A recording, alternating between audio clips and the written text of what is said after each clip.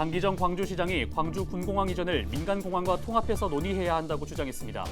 광주 민간공항부터 무안으로 옮겨야 한다는 전남의 요구와 배치된 시각입니다. 전남의 주요 상수원인 주암댐의 저수율이 30%대로 회복됐습니다. 사실상 제한급수 위기는 벗어난 것으로 보입니다. 완도 섬마을에 내려졌던 제한급수가 모두 해제됐습니다. 1년 2개월 만입니다.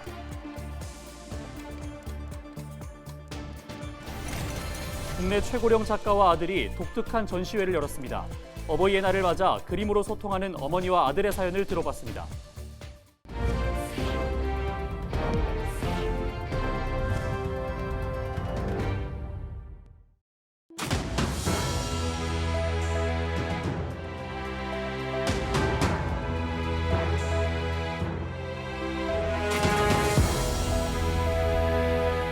시청자 여러분 안녕하십니까? 헬로티비 전남뉴스입니다. 강기정 광주시장이 광주 군공항 이전과 관련해 군공항과 민간공항을 통합해서 논의해야 한다고 주장했습니다. 강 시장은 기자들과의 차담회에서 광주공항은 군공항에 민간공항이 얹혀서 임대로 운영되는 형태라며 민간과 군공항을 분리하는 순간 논의가 어려워진다고 설명했습니다. 광주 민간공항을 광주에 계속 둘 수도 있냐는 질문에는 군 민간공항은 동전의 앞뒷면이라며 군공항이 떠나면 민간공항을 새로 건설해야 하는데 민간공항만 존속시키는 것은 현실적으로 쉽지 않다고 선을 그었습니다. 지난 주말까지 전남 지역에 많은 양의 비가 내리면서 주암댐 저수율이 급등했습니다. 한국수자원공사 주암댐 지사는 7일 기준 주암댐 저수율이 30.1%, 주암댐 조절지댐은 25.3%를 기록해 합계 저수량이 2억여 톤을 넘겼다고 밝혔습니다. 다가올 여름 집중호우 기간을 고려하면 사실상 올해 제한급수 위기는 벗어난 것으로 보인다고 설명했습니다. 한편 지난 3일부터 7일까지 전남 지역 누적 강수량은 장흥관산 344mm, 고흥나로도 343mm, 해남 북일이 336mm 등을 기록했습니다. 역대급 가뭄에 허덕였던 전남 완도군의 섬마을 일대에 제한급수가 해제됐습니다. 완도군은 8일 금일과 노화, 소완도 등 섬마을 일대에서 시행하던 제한급수를 해제하고 노화 넙도는 9일부터 단계적으로 해제하기로 했습니다. 완도 섬마을에는 지난 3일부터 7일까지 닷새 동안 평균 222mm의 비가 내린 것으로 집계됐습니다. 완도 섬 지역의 제한급수가 해제된 건 1년 2개월 만입니다. 어린이날 연휴 기간 전남은 많은 양의 비가 내려 곳곳에서 침수 피해가 잇따랐습니다. 비 피해도 있었지만 가뭄 해갈에 도움이 되기도 했는데요. 주말 사건 사고 소식을 고정민 기자가 정리했습니다. 모내기를 앞둔 변원에 빗물이 한가득 고였습니다. 어린이날 연휴 기간 모처럼 단비가 내리면서 메말랐던 논이 물로 가득 찼습니다. 가뭄에 말라가던 상수원과 주요 저수지도 저수율이 상승했습니다. 다만 한꺼번에 많은 양의 비가 내리면서 곳곳에서 침수 피해를 입었습니다. 전남은 나흘 동안 평균 162mm의 비가 내렸는데 논밭 1,480헥타르가 물에 잠기거나 작물이 쓰러졌습니다. 최대 341mm의 비가 내린 고흥에선 밀과 보리밭, 변원 188헥타르가 물에 잠겼습니다. 336mm의 강수량을 기록한 해남은 논밭 600여 헥타르에서 비 피해가 속출했습니다. 쏟아지는 폭우에 토사가 유출되거나 도로가 유실되기도 했습니다. 고흥과 해남, 광양 등 전남에서만 5개 시군에서 도로 6곳이 훼손됐습니다. 화재도 잇따랐습니다. 지난 5일 완도에선 미역 채취용 선박에서 불이 나 어선 3척이 모두 불에 탔고 한 척은 그을렸습니다. 여수와 해남, 신안에선 주택과 소금 창고에서 화재가 발생해 재산 피해를 입었습니다. 신안 흑산도와 우이도에선 조업 중이던 선원이 각각 손가락과 갈비뼈를 다쳐 목포 해경이 병원으로 긴급 이송했습니다. 지난 7일 밤 8시 반쯤 여수 여천역 선로에선 60대 A씨가 열차에 치여 숨지는 사고가 발생했습니다. 경찰은 선로 주변 CCTV 영상을 토대로 정확한 사고 경위를 조사하고 있습니다. 헬로티비 뉴스 고정민입니다. 어린이날과 어버이날이 있는 5월은 가족의 의미가 더욱 깊어지는 한 달입니다. 전남 여수에서는 그림으로 부모와 자식 간의 소통을 이어가는 국내 최고령 작가와 그의 아들이 함께한 전시회가 열리고 있습니다. 송하영 기자의 보도입니다. 공원을 거닐며 바다를 바라보는 다정한 부부. 푸른 배경 위로 길게 늘어뜨린 잎을 자랑하며 시원하게 솟아오른 이름 모를 식물. 올해 96세로 국내 최고령 작가인 김두엽 할머니의 작품입니다. 김 할머니가 그림을 시작한 건 83살. 달력 뒷장에 몽당 연필로 그린 사과 그림을 화가인 아들이 보고 칭찬을 건넨 순간부터 붓을 잡았습니다. 연필로 시작해갖고 기르다가 그 다음에는 저 색연필 사다 줘갖고 어쩐지 마음이 그리 행복하더라고. 기운이 이제 좋으니까 이제 길고 있는 거지. 이제 처음 들어 앉아서. 지금까지 김 할머니가 그린 작품은 모두 700여 점. 활발한 작품 활동에는 아들의 든든한 지원이 뒤따랐습니다. 이현영 화가는 미술도구 준비는 물론 서울과 부산 등 어머니와 함께 초청받은 전시회라면 어디든 동행했습니다. 택배 일을 병행하는 이 씨는 하루 중 퇴근이 가장 기다려진다고 말합니다. 어머니가 그린 작품을 두고 도란도란 이야기를 나누는 순간이 가장 행복하다는 겁니다. 사실 아들하고 어머님하고 그렇게 대화를 할 만한 거리가 없어요. 근데 그 집에 그 돌아오는 설레임 그런 시간들이고 집에 와서 또 어머님과 그림에 대해서 어떤 대화들을 좀 하고 자꾸 생각을 끄집어내시고 또 그림 그리시는 모습을 계속 보고 싶은 거. 김 할머니에게 찾아온 제2의 삶이자 어머니와 아들의 소통 방식으로 자리 잡은 그림.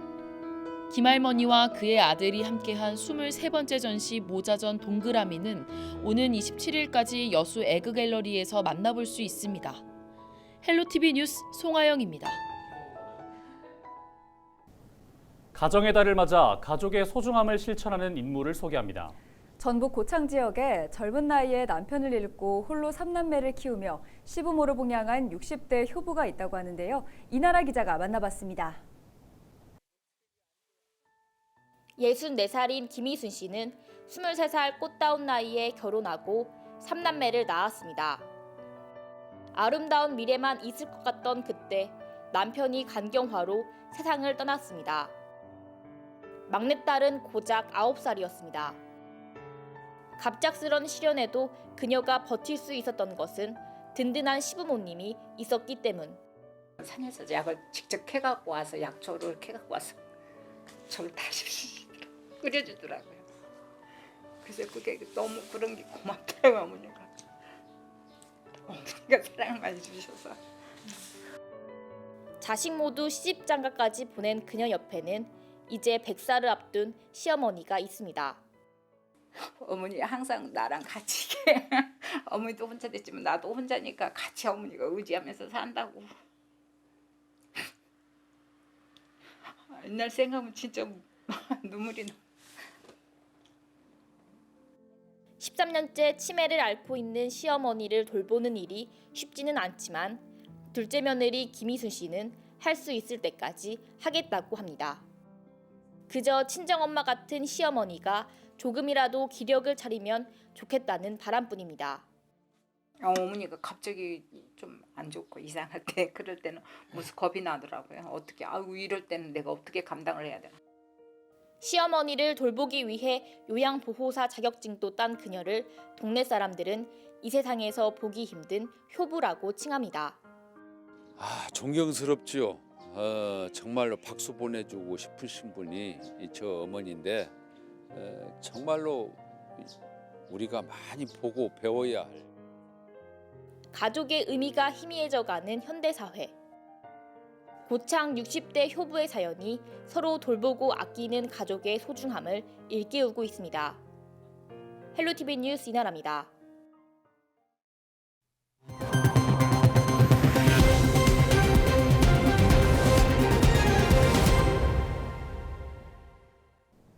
목포시 환경미화원들이 이른바 3인 1조 작업을 비롯한 안전수칙의 예외 조항을 두는 폐기물 관리 조례 개정을 반대하고 나섰습니다. 목포시 환경미화원들은 8일 기자회견을 열고 그동안 연가 사용 등 결원이 발생해도 대체 인력을 투입하지 않았고 정원 또한 171명에서 166명으로 감축돼 사실상 3인 1조 작업은 제대로 이뤄지지 않았다고 강조했습니다. 그러면서 폐기물관리법 시행규칙에는 후방 영상장치 설치와 주간 작업 원칙, 3인 1조 작업 등 안전지침이 담겼지만 지자체 조례로 예외 조항을 두도록 하는 건 이치에 맞지 않는다며 조례 개정을 중단하라고 촉구했습니다. 지난 3월 임금 인상 등을 요구하며 총파업에 들어간 비를라 카본코리아 여수공장 사내 하청 노동자들이 고공농성에 돌입했습니다. 화학섬유 식품산업노동조합 비를라 카본코리아 사내 하청지회 간부 2명은 임금 인상 요구가 받아들여지지 않아 불가피하다며 8일 새벽 4시 30분부터 공장의 제품 저장 탱크 상단에서 고공농성을 시작했습니다. 같은 날 비를라 카본코리아 공장 정문에서 기자회견을 연 사내 하청지회는 원청이 임금 인상과 근로조건 개선 등 요구에 책임 있게 교섭해 줄 것을 촉구했습니다. 앞서 사측과 노조는 교섭에 나섰지만 서로의 입장차만 확인한 채 합의점을 찾지 못했습니다. 정의당 전남도당이 윤석열 정부의 공약 사업인 이른바 한국판 아우토반 건설을 중단하라고 촉구했습니다. 정의당 전남도당은 8일 성명을 내고 광주와 영암을 잇는 속도 무제한 도로 개발을 약속한 윤 대통령의 공약은 인구 감소와 지역 소멸의 위기를 맞는 전남의 상황과 맞지 않는다고 지적했습니다. 정작 전남에 필요한 것은 대규모 토건 사업이 아니라 지역 특성에 맞는 산업 육성과 정주 여건 개선이라며 F1 경기장을 활용한 자동차 산업의 육성이 더 시급하다고 강조했습니다.